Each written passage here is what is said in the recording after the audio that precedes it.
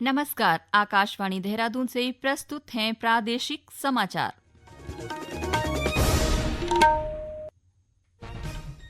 पहले मुख्य समाचार। प्रधानमंत्री नरेंद्र मोदी ने आज नई दिल्ली में रक्षा मंत्री, विदेश मंत्री, एनएसए और तीनों सेना प्रमुखों के साथ बैठक की। केंद्रीय राज्य मंत्री अजय टम्टा ने सभी से आदि कैलाश यात्रा पर आने का आह्वान किया। कहा, सरकार सीमावर्ती क्षेत्रों के विकास के लिए हर संभव प्रयास कर रही है। भारतीय क्रिकेट के दिग्गज बल्लेबाज विराट कोहली ने टेस्ट क्रिकेट से संन्यास की घोषणा की और भारत पाकिस्तान सीज फायर के कारण घरेलू शेयर बाजार में निवेशकों को 10 लाख हजार करोड़ का फायदा, 176 शेयरों पर लगा अपर सर्किट। प्रादेशिक समाचार के साथ मैं नीता कांडपाल और अब समाचार विस्तार से।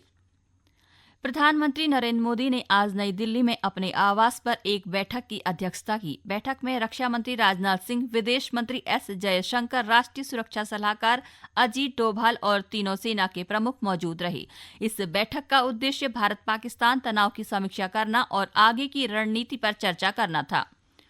केंद्रीय सड़क परिवहन एवं राजमार्ग राज्य मंत्री अजय टम्टा ने सभी से आदि कैलाश यात्रा पर आने का आह्वान किया है। उन्होंने कहा कि सरकार सीमांत क्षेत्रों के विकास के लिए हर संभव प्रयास कर रही है।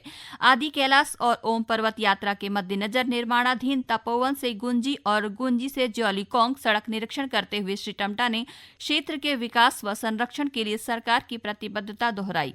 केंद्रीय राज्य मंत्री ने कहा कि ये सड़कें सामरिक दृष्टि से महत्वपूर्ण हैं और सीमांत क्षेत्रों में कनेक्टिविटी को मजबूत करने में अहम भूमिका निभाएंगी। इन सड़कों के निर्माण से सीमांत क्षेत्रों में सैन्य आवाजाही सुगम होगी और देश की सुरक्षा मजबूत होगी। केंद्रीय राज्य मंत्री ने स्थानीय लोगों और यात्रियों से संवाद करते हुए उन्हें आश्वस्त किया कि यात्रा मार्ग पर यात्रियों को आवश्यक चेक पॉइंटों पर ही सत्यापन किया जाएगा, अन्यथा उन्हें नहीं रोका जाएगा। उन्होंने कहा कि सरकार आम आदमी की समस्याओं के समाधान के लिए प्रतिबद्ध है। श्री टम्टा ने कहा कि क्षेत्र में पर्यटकों की बढ़ती संख्या से वाइब्रेंट विलेज में स्थानीय स्तर पर विभिन्न प्रकार के रोजगार के अवसर पैदा हुए हैं। अपने दौरे के दूसरे दिन यानी आज श्री टम्टा ने पवित्र ओम पर्वत के दर्शन किए। इस अवसर पर उन्होंने कहा कि यह निरीक्षण सीमावर्ती क्षेत्रों की कनेक्टिविटी को बेहतर बनाने और पर्यटन को बढ़ावा देने के सरकार के प्रयासों का हिस्सा है। मुख्यमंत्री पुष्कर सिंह धामी ने चंपावत जिले के बनबसा स्थित भारत नेपाल सीमा क्षेत्र में नेपाली डाईपोर्ट तक बनने वाले 4 लेन मार्ग का निरीक्षण किया। उन्होंने अधिकारियों से परियोजना की प्रगति की जानकारी ली और निर्माण कार्य की गुणवत्ता व समयबद्धता सुनिश्चित करने के निर्देश दिए। बनबसा से नेपाल सीमा तक बनने वाला यह मार्ग रणनीतिक, व्यापारिक और सामरिक दृष्टि से बेहद महत्वपूर्ण है। इसका निर्माण कार्य राष्ट्रीय राजमार्ग प्राधिकरण द्वारा किया जा रहा है। परियोजना के लिए 7.28 हेक्टेयर भूमि हस्तांतरित की जा चुकी है। इस मार्ग में एक फ्लाईओवर, एक बड़ा पुल और 2 छोटे पुलों का निर्माण प्रस्तावित है। मुख्यमंत्री ने कहा कि यह परियोजना भारत नेपाल सीमा को अंतर्राष्ट्रीय व्यापार और यातायात के लिहाज से और मजबूत बनाएगी। चंपावत जिले में स्थित पूर्णागिरि धाम में श्रद्धालुओं की भारी भीड़ लगातार बनी हुई है। पिछले 24 घंटे में 16,000 से अधिक श्रद्धालुओं ने मंदिर पहुंचकर दर्शन किए। देश के विभिन्न हिस्सों से लोग रेल, बस और निजी वाहनों से टनकपुर पहुंच रहे हैं, जिससे ककराली गेट से लेकर मुख्य मंदिर तक श्रद्धालुओं की आवाजाही बनी हुई है। पूरे मंदिर मार्ग में भक्तिभाव और आस्था का वातावरण दिखाई दे रहा है। प्रशासन द्वारा यात्रा मार्ग को पूरी तरह सुरक्षित और सुविधाजनक बनाया गया है। मार्ग पर सुरक्षा कर्मियों की तैनाती, सीसीटीवी निगरानी, प्राथमिक उपचार केंद्र, स्वच्छ पेयजल, विश्राम स्थल, शौचालय, महिला सहायता केंद्र जैसी सभी आवश्यक व्यवस्थाएं की गई हैं।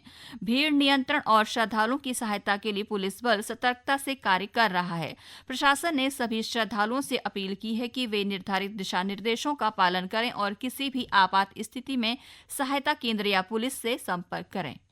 ये समाचार आकाशवाणी के देहरादून केंद्र से प्रसारित किए जा रहे हैं। ताज़ा समाचार के लिए आप हमारे सोशल मीडिया एक्स व Facebook page Akashvani news Uttarakhand को फॉलो कर सकते हैं। साथ ही ये समाचार हमारे YouTube channel Akashvani news Uttarakhand पर भी उपलब्ध हैं। भारतीय क्रिकेट के दिग्गज बल्लेबाज विराट कोहली ने टेस्ट क्रिकेट से संन्यास की घोषणा कर दी है। इस चौंकाने वाले फैसले की जानकारी उन्होंने सोशल मीडिया पर अपने इंस्टाग्राम अकाउंट के माध्यम से दी। कोहली ने अपने भावुक पोस्ट में टेस्ट क्रिकेट के प्रति अपने जुनून, इस प्रारूप से मिली सीख और अपने 14 साल के शानदार सफर को साझा किया। विश्व भर में आज बुद्ध पूर्णिमा धार्मिक हर्षोल्लास के साथ मनाई जा रही है। यह न केवल गौतम बुद्ध का जन्म दिवस है, बल्कि ऐसा दिन भी है जब महात्मा बुद्ध ने बोध गया में महाबोधि वृक्ष के नीचे निर्वाण प्राप्त किया था। बुद्ध पूर्णिमा स्नान पर्व के अवसर पर हरिद्वार में श्रद्धालुओं की भारी भीड़ है। आज तड़के से ही हर की पैड़ी सहित विभिन्न गंगा घाटों पर श्रद्धालु श्रद्धा और आस्था की डुबकी लगा रहे हैं। बुद्ध पूर्णिमा स्नान पर्व के मद्देनजर पुलिस प्रशासन ने सुरक्षा और यातायात व्यवस्था को लेकर व्यापक तैयारियां की हैं। एक रिपोर्ट।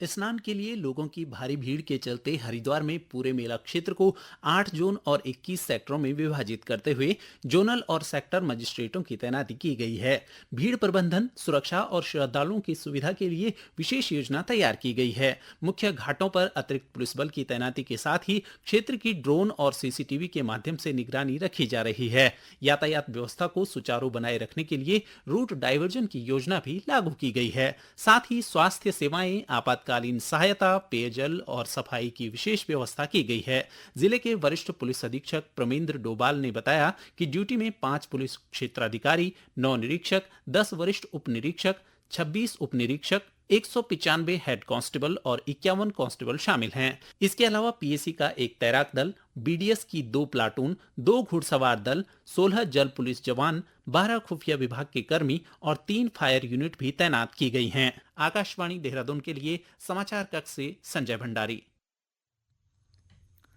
चारधाम यात्रा शुरू होने के साथ ही फर्जी हेलीकॉप्टर टिकट बेचने वाले गिरोह सक्रिय हो गए हैं। हरिद्वार पुलिस ने एक बड़े फर्जीवाड़े का खुलासा करते हुए सिर्फ 12 घंटों में फर्जी टिकट बेचने वाले एक आरोपी को गिरफ्तार कर लिया। नगर कोतवाल रितेश शाह के अनुसार हरिद्वार की एक ट्रैवल कंपनी से BHEL के एक व्यक्ति ने अपने गुजरात निवासी परिचितों के साथ केदारनाथ के लिए हेलीकॉप्टर टिकट खरीदा था।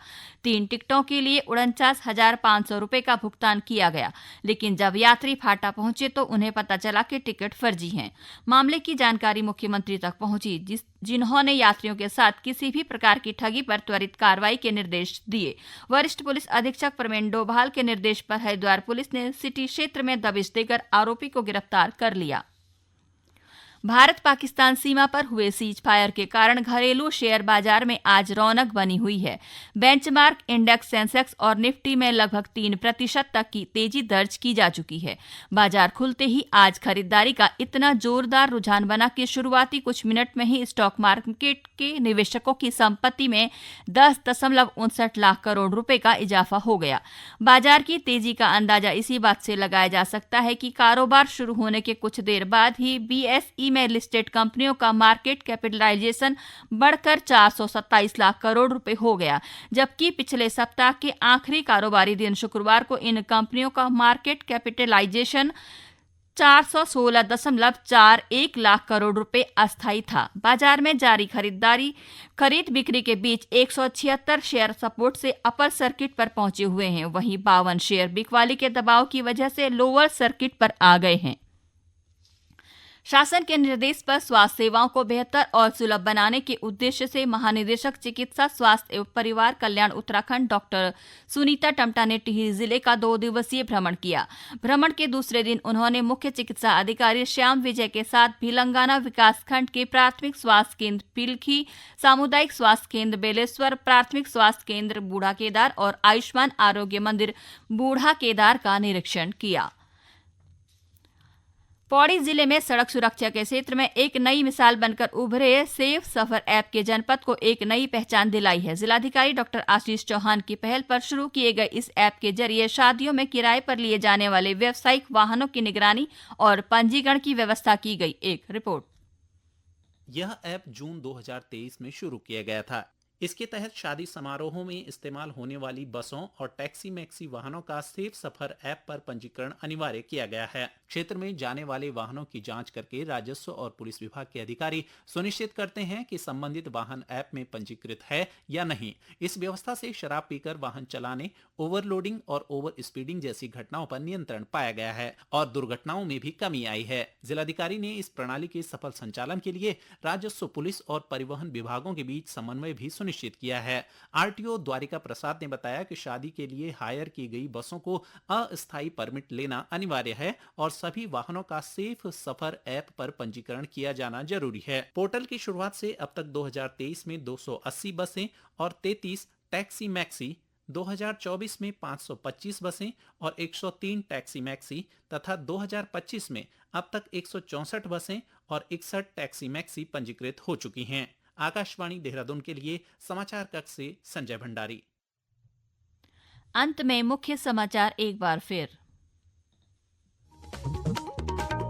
प्रधानमंत्री नरेंद्र मोदी ने आज नई दिल्ली में रक्षा मंत्री, विदेश मंत्री, एनएसए और तीनों सेना प्रमुखों के साथ बैठक की।